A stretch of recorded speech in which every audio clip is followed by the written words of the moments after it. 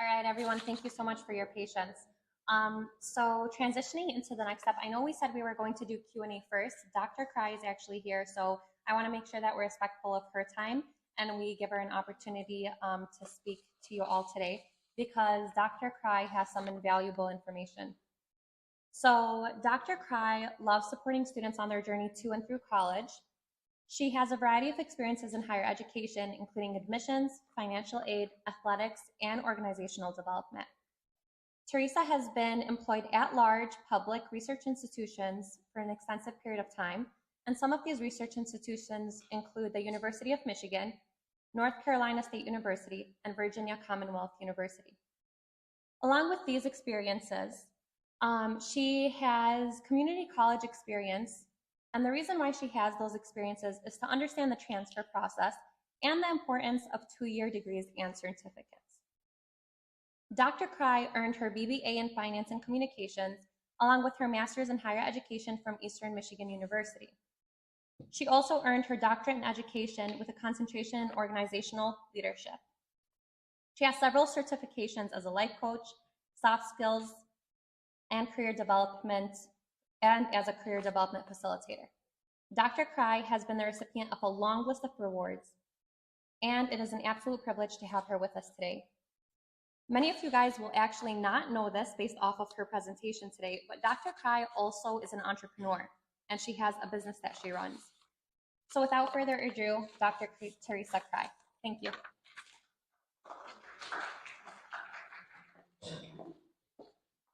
How are you all this morning? I'm a bit of an interactive speaker, so I may point and call on you, so don't get nervous, okay? So thank you all so much for inviting me and allowing me to speak. As mentioned, I've been around for a long time, 20 years, which y'all weren't born yet. It's always funny to me when I ask them, what years were you born? And I started my career at the University of Michigan at Ann Arbor in the Office of Financial Aid, and then moved around and transitioned into admissions. And so now it's what people would call enrollment management. So financial aid, admissions, the orientation process, all of the things that it takes to get a student enrolled in university and also stay there and graduate. That's the goal. The goal is to get you enrolled and to also get you to and through to graduation. So today I was asked to speak about what an admissions office is looking for. Is that correct? That's what we're here to learn about for this part of the presentation. So when you are hearing from different admissions offices, I've been in a few, you're going to hear them talk a lot about holistic admissions. Anybody want to think about what that means or kind of guess what holistic admissions process means? Thoughts, ideas? Okay, everything. So a long time ago, 25 years ago, when I was graduating from high school, all they did was look at what's your GPA, and if you took a standardized test, right, ACT or SAT, that was it. There was no consideration of anything else. What did you do in that classroom, and how did you score on that test? Now they're looking at all the things you do, and they're starting at the 9th grade all the way through senior year. So they're going to look at what you're doing in the classroom and outside the classroom as well. So they look at you as an individual at your high school. So how many people have looked at the GPA in Ann Arbor and went, I don't have a 3.9, right? Because if you look online, it's gonna say the average GPA of a student enrolling at U of M Ann Arbor is 3.9. That doesn't say the minimum GPA that you need to get in. It's telling you the average of all the students who are enrolling. And then if you look at test scores, it will say things like the middle 50th percentile. That's just the students who are in the middle, which means 25% of the students are above the numbers you see, and 25% of the students are below the numbers that you see. But nowhere does it say that's the minimum test score you need. So be really, really cautious when you're reading the information about admissions to see if they use words like minimum or required, right? They're probably not going to do that. They're going to use words like average or middle 50th percentile. What happens in the admissions process is that they then look at your high school. What's the average GPA at your high school? What's the average test score at your high school? So you're actually in competition with your classmates, not with everybody that's applying to that school, right? So then they're going to look at not just the average GPA and test score, but what kind of classes did you select in those 4 years? If you're at a high school, I went to Cass Tech. Everybody knows Cass Tech, right, in Detroit. So back when I went to Cass Tech, there were only 2 AP classes available, just 2. Now they're like a whole IB program and all of that, right? So we look at the individual high school and say, what does that high school offer its students? Do they have AP classes? Do they have honors classes? There are some schools who don't have either. So we have to look at them in the context of their high school. So if you're at a high school that offers honors, that offers advanced placement, they're going to look and see, did you take any of those classes?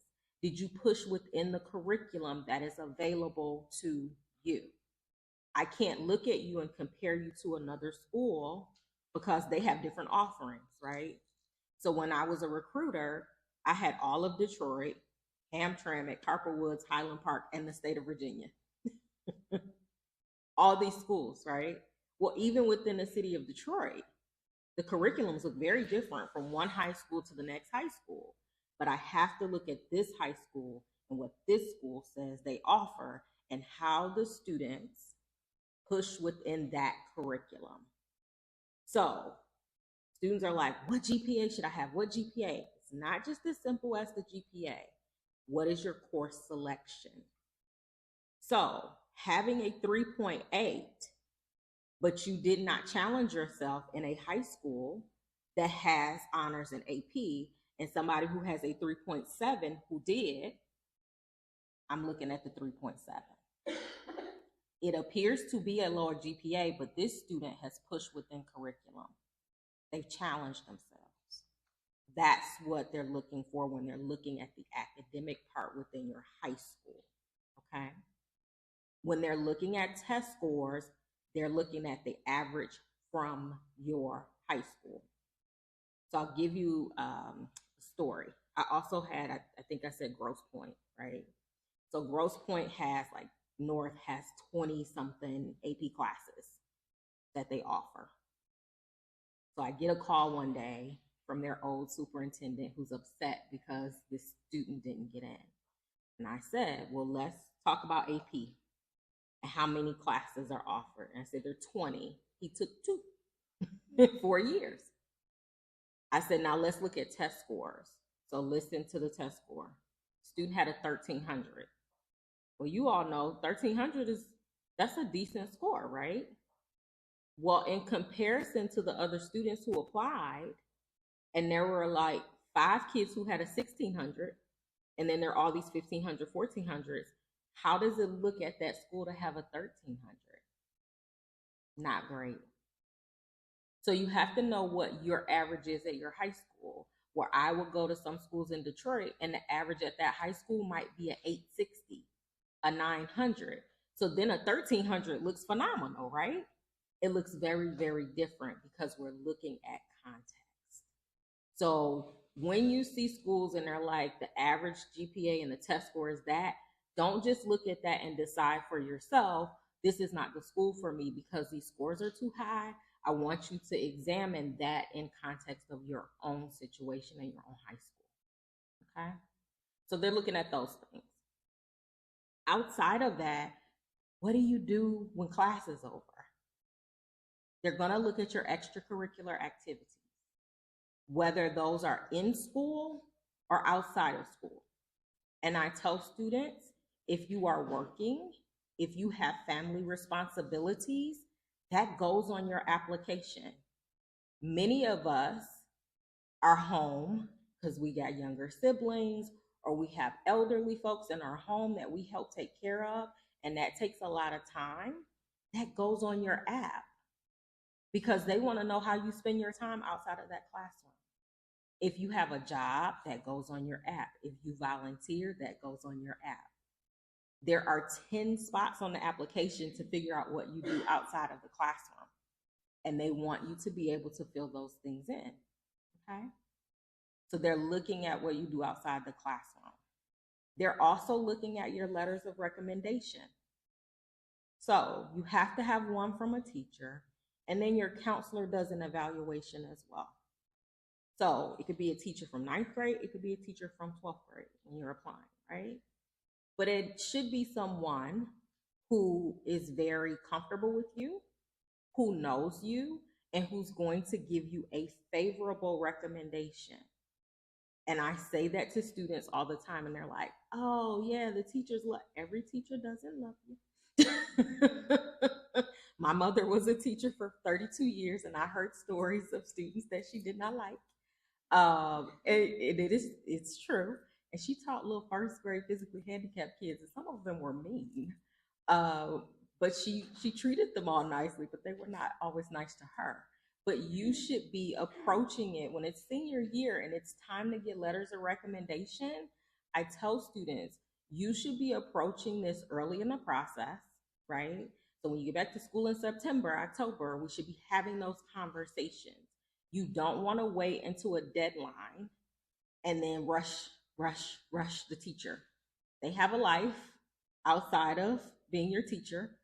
It's funny when I see my students out and about and they're like, Dr. Carr, what you doing here? I like Panera too. Like I go to the grocery store too. They're always shocked when they see me outside of university environment. I'm like, what do y'all think I do? Like I live at the university. I don't go to Meyer. I don't do anything else. I just go home and go to bed and come back. But you want to make sure you're giving your teachers grace in the time so that they can write you a good letter. Now, when you approach them, you should ask them, are you comfortable writing me a favorable letter of recommendation? Because we use language like that on purpose, right? If they hesitate, if they look at you, that strange look on their face, back away and say, thank you so much for your time and move on, okay? Because you want somebody who's excited, who's gonna, oh, absolutely, that's what you want, right? And for the rest of your life, as you're applying to graduate school and you're getting jobs, guess what you're gonna need? Letters of recommendation. And every time I ask someone, I'm like, oh, who am I gonna ask? And what are they gonna say? And you have to have people who are gonna be honest with you and honest in the letter. Like one of my good colleagues, I wanted this job and I told her about it and she said, I will not write you a letter. After she read the job description, I was like, why not? She said, there's a lot of technical work in this and you don't do technology well. I said, thank you very much. And I did not apply for that job, right? You have to have those kind of people around you to tell you like yes and no. So when you are asking teachers, make sure you're asking someone who knows you and who's willing to write a favorable letter, okay? I have had students in situations where I've done the evaluation, transcript looks good, counselor thing looks good, and then I get to the letter of recommendation from the teacher and it's this big. If it's 4 sentences, this is a problem. And that particular letter said something like, while this student is academically capable, he is socially inadequate. He was disrespectful. He didn't want to do teamwork. Good luck with him. That is what the letter said. And based on that letter, I made the decision not to admit it, even though all the other things were okay. So that's why the letter is important. And that's the stuff that admissions offices are going to look for. And then lastly, you have essays you have to write. Did y'all know y'all write essays now for admission? Yeah. We don't want to hear the story that you think we want to hear. Number one, when you are doing the essay prompt, make sure you're answering the questions. Because the essay prompt often will have like 3 parts. Answer the question. And that's your opportunity to tell your story. Whatever your unique story is, tell your story and answer that prompt. Because you may or may not get a chance to meet that admissions person, or maybe you've met them once. This is you presenting yourself in an application. This is them getting to know who you are. So please make sure you tell your story in your essay. Those are the things that make a difference a lot of times with admissions officers deciding a yes or a no. You don't have to have all A's and B's, right? We like it. It's what we would want you to have. But sometimes life doesn't dictate all A's and B's. So I had a student who wanted engineering. Now, you know how hard it is to get into engineering, especially in Ann Arbor. And she had a C on her transcript. Her transcript looked like a roller coaster. Up here, then woof, and then up. And I said, tell me what happened in the dip, right? Something happened where your grades were up here and they dropped. I need to know. I need you to tell that story. And she told a story of how her mom lost a job and they had to move further out from her high school. And it was 2 buses to get from where they had to live now to the high school. So because of that, sometimes she missed the 8 o'clock class or she was late. That's where she got the C, right? I said, well, tell me about the people on the bus. Who'd you meet on the bus? Who was out there? And she told this beautiful story of all these people. Who's on the bus at 6:30 in the morning, 6 o'clock? Working people, right? They told her their stories of not having support, not being able to do what they needed to do. And they were encouraging her, get up earlier, try to make it to class. And that was her inspiration to keep pushing. That was her essay. Beautiful. She is now living in Texas, making a whole lot of money as an engineer with a company that paid for her to move out there. They're paying for her to go to graduate school. She's doing amazing. She wasn't a perfect student on paper. So sometimes that essay is the thing that makes an admissions officer go, you know what? This kid has some grit. They're going to push through. They know what they need to do to overcome, and they're going to make it happen. So you don't have to have the perfect story or the perfect transcript, but I do encourage you to tell your story in the process of the admissions journey, because it's a journey, right? When you're going through that, make sure you have a nice list of schools, not all what I call reach schools, right? Have a mixture of schools in there. Reach schools, target schools, safety schools. Tell them we're going to call them back. But yeah, so just make sure that you're looking at all different types of schools and schools where you're going to be comfortable, where they're going to support you and have all the resources that you need. Questions? I feel like I've talked a lot. Questions? Oh, you're going to wait? Okay. Hopefully that was what you all asked me to do. And so I will be on the panel if you have questions. So thank you all very much. I appreciate it.